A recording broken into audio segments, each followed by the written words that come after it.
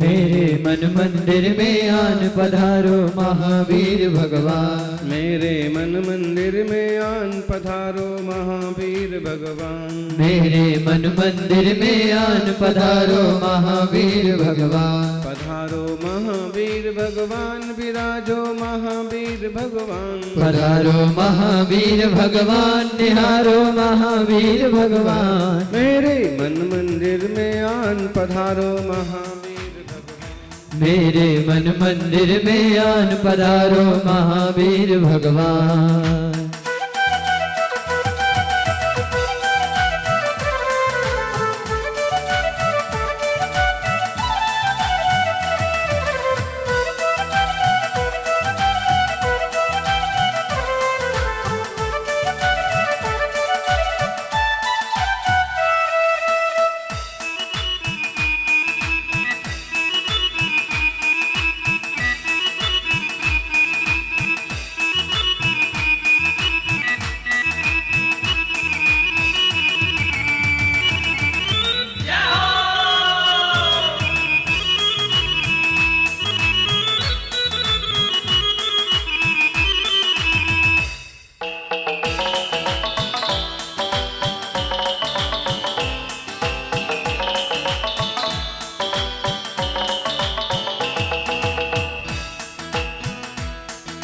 प्रभु जी तुम आनंद सरोवर रूप तुम्हारा महामनोहर। प्रभु जी तुम आनंद सरोवर रूप तुम्हारा महामनोहर। प्रभु जी तुम करुणा के सागर।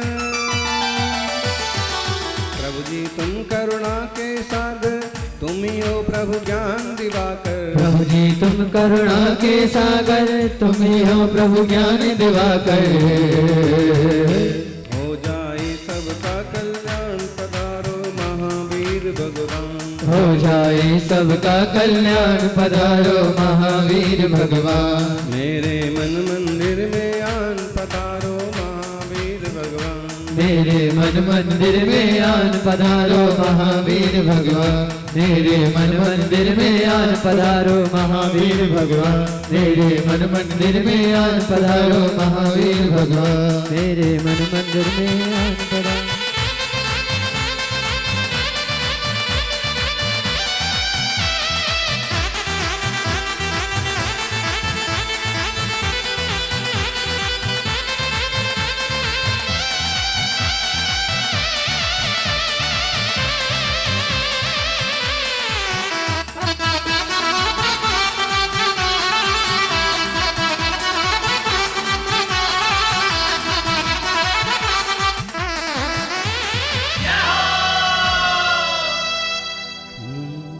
आदिम तीर्थेश्वर आदि विधाता देवादिदेव महादेव आदिनाथ भगवान की।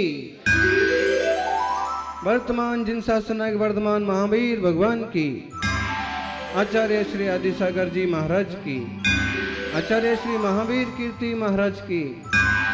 जोर से तपस्वी सम्राट गुरुदेवाचार्य श्री सन्मति सागर जी महाराज की। बोले परम पूज्य प्राकृताचार्य चतुर्भट्टाधीश आचार्य भगवान सुनील सागर जी गुरुदेव की जय करा गुरुदेव का।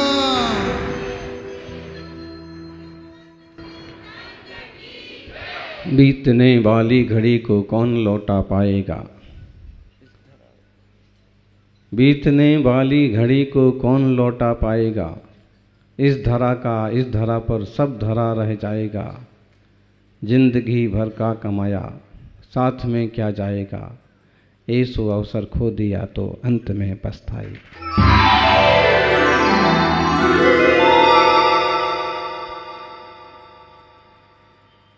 अर्थ पूरा का पूरा भाषित होता है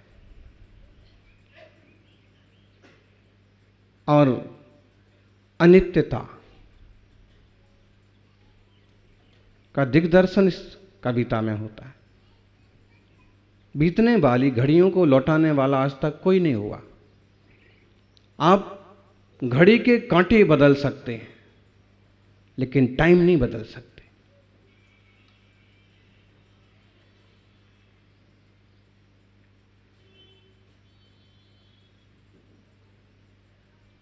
घड़ी बदलने से टाइम नहीं बदलता, घड़ी के रुकने से समय नहीं रुकता। बीतने वाली घड़ी, समय बीतता जाता है। एक टिक टिक टिक टिक टिक करती घड़ी ना, टिक टिक बोलती जरूर है लेकिन खुद टिकती नहीं है।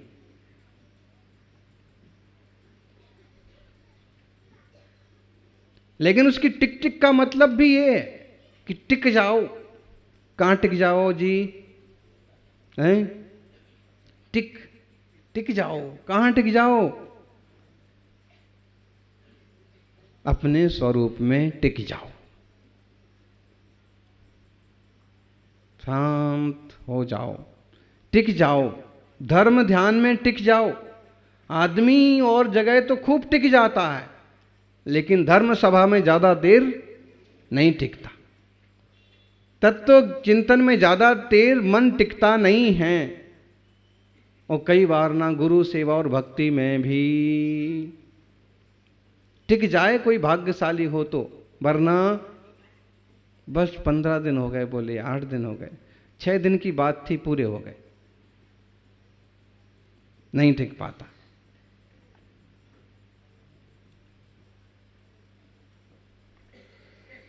सामयिक और ध्यान में भी ज्यादा नहीं टिक पाता है चित्त। घड़ी कहती रहती है टिक टिक टिक, अब तो टिक, लेकिन चित्त नहीं टिकता। उसके पेंडुलम की तरह वो भी इधर से इधर होता है। अगर टिक टिक का अर्थ समझ में आ गया और ना टिकने वाली घड़ी से इतना टिकना सीख लिया, तो यह जीव हमेशा हमेशा के लिए अपने स्वरूप में टिक जाएगा। स्वसमय म्हणजे એટલે स्वसमय मतलब स्वसमय, अपना समय। स्वसमय, समय का मतलब टाइम भी होता है और समय का मतलब सोल है ना, आत्मा भी होता है।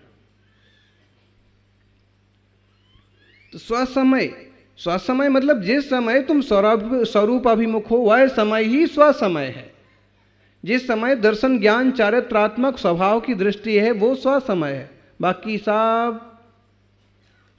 सब बोलो पर समय है। वो टाइम बर्बाद हो रहा है, फिजूल में जा रहा।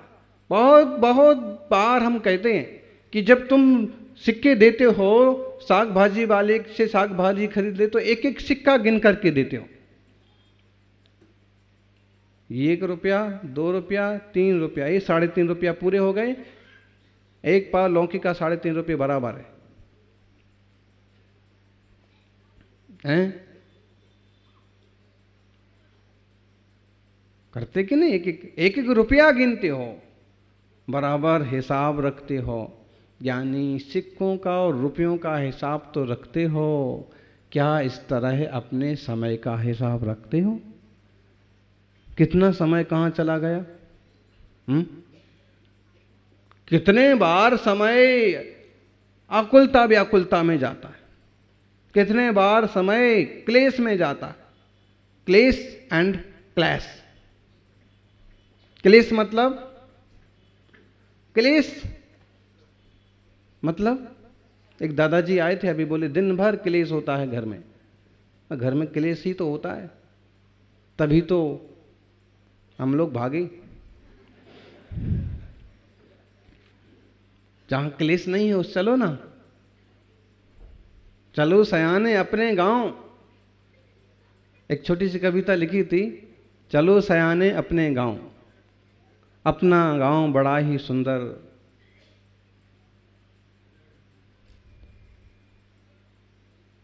शाश्वत ध्रुव है ज्ञान समंदर। इस टाइप से हे सयाने अपने गांव चलो। नहीं तो क्लेश है संसार में। और क्लेश का मतलब क्या होता है? स्पर्धा, हैं? बराबर ना? क्लैश इंग्लिश, टकराव। अब बोले बॉलीवुड में 2 पिक्चर्स में क्लैश होगा, मतलब एक ही डेट पर रिलीज होगी, वो क्लेश होने वाला है। टकराहट, स्पर्धा, यही क्लेश है। इंग्लिश में उसको क्लैश कर दिया। वास्तव में है तो क्लेश, रोनी रोना है। क्लेश ही क्लेश है दुनिया में। जहां टकराव है वहां क्लेश के अलावा कुछ नहीं है। इसलिए टकराना नहीं। इतने मुलायम बनो कि कोई हमसे टकराए तो निकलता हुआ चला जाए।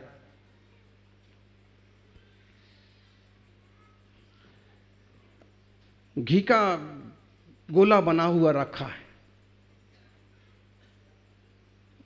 और उसमें कोई चाकू मारे, घी का क्या बिगड़ेगा? नहीं, कुछ नहीं बिगड़ेगा। क्यों? टकरा ही नहीं, उसने स्वीकार कर लिया, झेल लिया, कुछ नहीं बिगड़ेगा। इतने मुलायम बन जाओ, इतने समझदार बन जाओ, टकराना ही नहीं। आप कहो सामने वाला एक बार गाली दे, 2 बार गाली दे, तीसरी बार तो बोलना पड़ेगा कुछ। किसने कहा कि बोलो? तीसरी बार भी बंद बोलो। हाँ, गांधी जी कहते थे कि यदि कोई एक गाल पर चांटा मारे तो दूसरा गाल आगे कर देना। ठीक है, दूसरा आगे कर दिया। अब तीसरा अगर मारता है तो बोलो अब क्या करना। गांधी जी ने ये नहीं कहा कि कोई तीसरा मारे तो उसे छोड़ देना।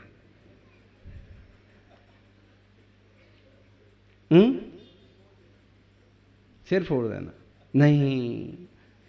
इसका आशय सिर्फ इतना है कि अगर कोई आक्रमण करे तो झेलने की शक्ति बढ़ाओ। 1 बार नहीं, 2 बार नहीं, 4 बार भी हो जाए तो कोई बात नहीं। कम से कम पारिवारिक और सामाजिक स्तर पर ये बहुत जरूरी है। नहीं तो टकराव से टूटन के अलावा कुछ हाथ नहीं लगता। इसलिए टकराव नहीं होना चाहिए।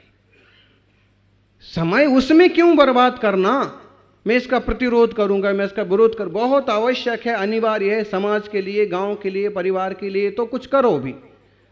और जो चीज़ें झेली जा सकती हैं और बिना मतलब की हैं उस पर ज़्यादा कमेंट्स करने की ज़रूरत नहीं। हमें मालूम पड़ा कि मोदी ने बड़ा 92 मिनट्स का लेक्चर दिया, 92 मिनट बोले हैं, एक बार भी पड़ोसी का नाम नहीं लिया। मतलब क्या? गैर जरूरी विषय है। हमें जो करना था सो हमने कर लिया, तुम्हारी जो औकात हो सो तुम कर लो। और अब गैर जरूरी बात करना या कोई टिप्पणी करने की जरूरत बची नहीं।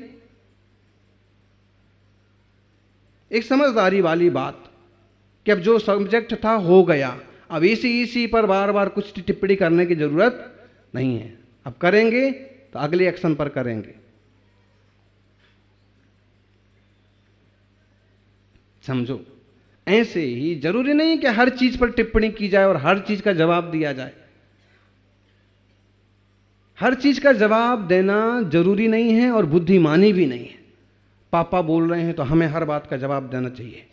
गुरुजी टोक रहे हैं तो हर बात का हम उत्तर देंगे नहीं। जहां जरूरी है, कुछ बिगड़ सकता है, कुछ नुकसान हो सकता है, वहां नपे तुले शब्दों में जवाब दो। टकराहट बुरी चीज है, उसमें समय बर्बाद होता, टाइम। जैसे हम रुपए गिनते हैं ऐसे हमें अपना टाइम भी गिनना चाहिए। 1 मिनट खराब हुआ है, आप कहो जाओ, ज्वेलर्स बहुत सराफ हैं यहाँ, और अमिताभ बच्चन से कहें कि भाई मेरा 1 मिनट का ऐड कर दो मेरी दुकान का, मैं मतलब तो मुफ्त में कर देगा, यूं फोटो खिंचवा लेगा, फिर क्या लेगा जी? हैं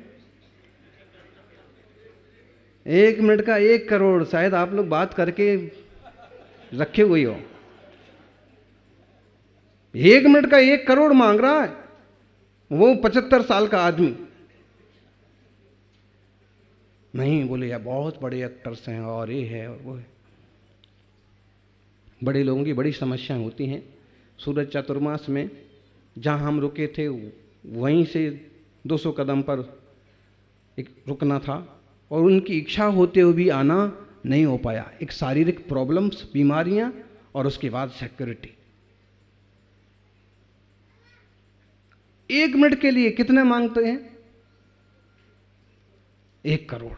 1 मिनट की कीमत कितनी हो सकती है? बोलो जी वकील साहब। हाँ, कोई व्यक्ति का है कि 1 घंटे बहस कर दो, क्या कहोगे? हाँ? अब चूंकि दयालु होगो तो कहो भाई ठीक है, तेरी परेशानी है, कर देता।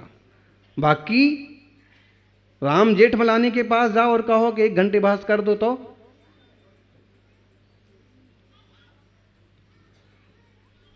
वो 1 करोड़ से ज्यादा ही मांग ले, कोई भरोसा नहीं।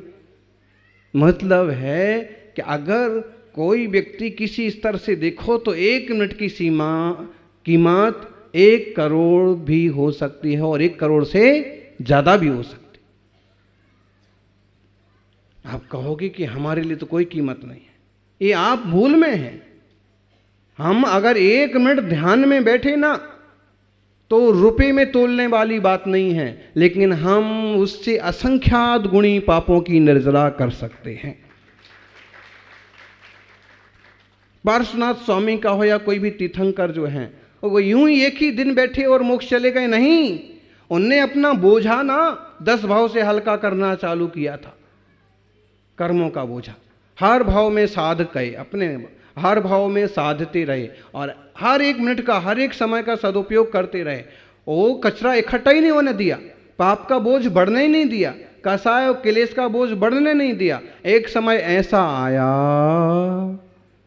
कि आखिरी हिसाब चुकता करने के लिए कमठ हाजिर हो गया, संबर ज्योतिषी देव, और जो लेना देना उपद्रव करना बाकी था पूरा हुआ।